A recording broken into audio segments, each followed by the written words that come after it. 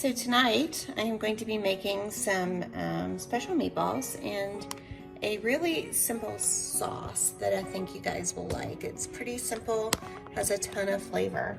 So I'm using my everyday pan. I put in 1 thing of tomato sauce, 1 of diced tomatoes.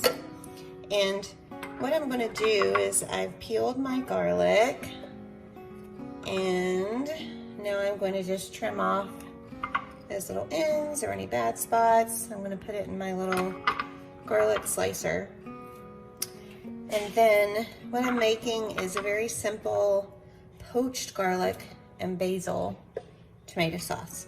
Really simple ingredients, kind of a mild flavor, but it is so good, especially because my meatballs have parsley and garlic and a lot of seasoning in them.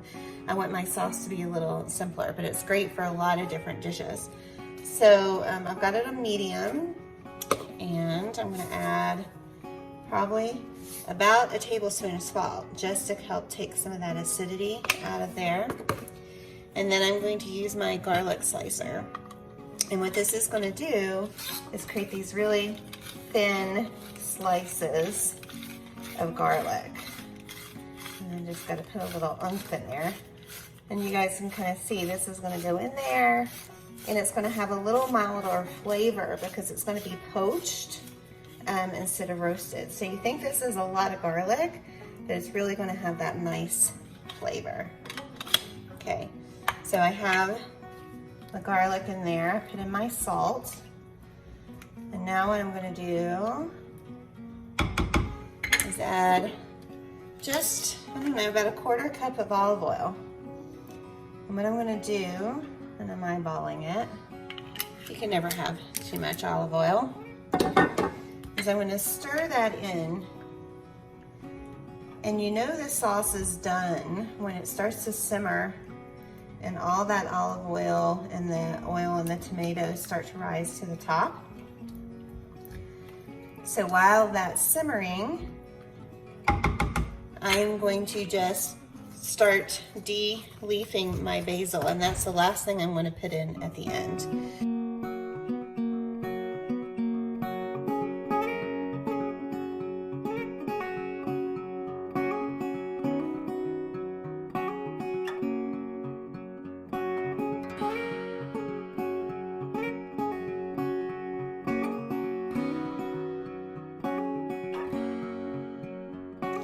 Okay, so now I'm going to start grabbing my sauté tongs, my meatballs, and putting them in the sauce. Grab these little tongs.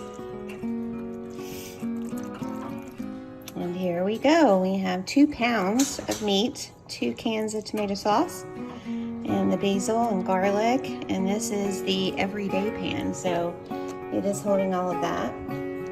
And it would actually fit in the oven, the microwave, and the slow cooker stand too. But doesn't that look good?